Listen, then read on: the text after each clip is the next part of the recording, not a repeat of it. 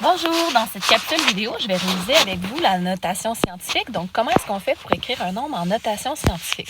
Donc, tout d'abord, je vais vous écrire un nombre, par exemple 3,27 fois 10 exposant 9. Donc, ici, on a un nombre qui est écrit en notation scientifique.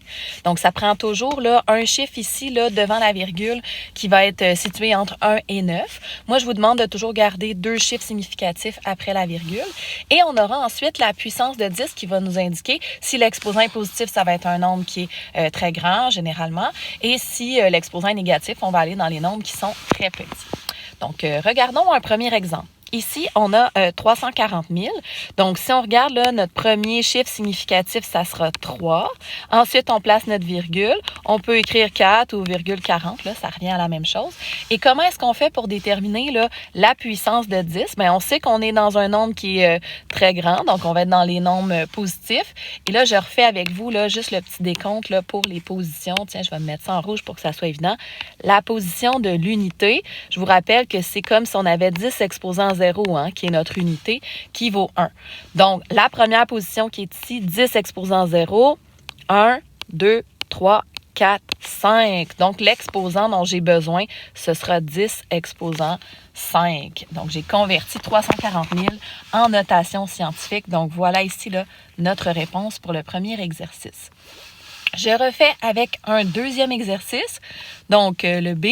Bien, premièrement, notre nombre, il est négatif. Hein? Donc, vous avez remarqué ici qu'il est négatif. Donc, je viens reporter ici mon symbole moins pour ne pas l'oublier. Ensuite, je viens regarder mon premier chiffre significatif qui est 7. Donc, 7 sera devant la virgule. Virgule 8 ou virgule 80. Comme je l'ai dit, j'aime bien garder deux chiffres après la virgule.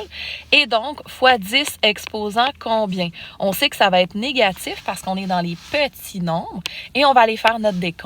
Comme tantôt, la position des unités, là, c'est notre position 0. Donc, ensuite, on s'en va dans les négatifs. Donc, 0 ici, position des unités, moins 1, moins 2, moins 3, moins 4, moins 5, moins 6, moins 7. Donc, je serai à 10 exposant moins 7 pour mon deuxième exemple. On poursuit pour voir si vous avez vraiment tout bien saisi. Je vais juste le faire un petit peu plus bas pour avoir assez de place. Donc, encore une fois, je suis dans un nombre qui est plus petit que 1. Donc, je vais être dans les exposants négatifs. Donc, premier chiffre significatif que je rencontre, c'est 9.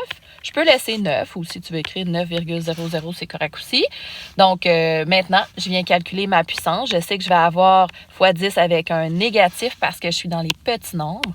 Donc, je descends. Je suis à la position 0, moins 1, moins 2, moins 3. Donc, 9 fois 10 à la moins 3. On termine avec un dernier exemple, un nombre qui est plus grand ici que 1. Donc, premier chiffre significatif que je rencontre, 4, qui va être devant la virgule.